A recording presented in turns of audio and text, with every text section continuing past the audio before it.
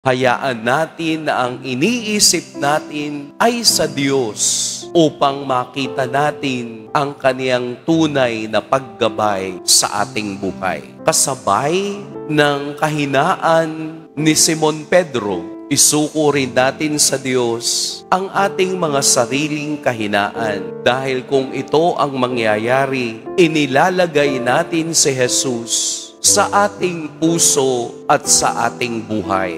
Huwag nating pangunahan ng Diyos. Hayaan natin na ang plano, pangarap at mithiin natin sa buhay ay nakasalalay sa kagustuhan ng Diyos upang tayo'y makarating sa Jerusalem ng ating buhay. Huwag nating pipigilan dahil ang presensya ng Diyos katulad ng tubig ay umaagos at umaapaw sa mga taong bukas at handang tanggapin ang Kaniyang walang hanggang pagpapala. Pagpalain tayo ng Poong May Kapal.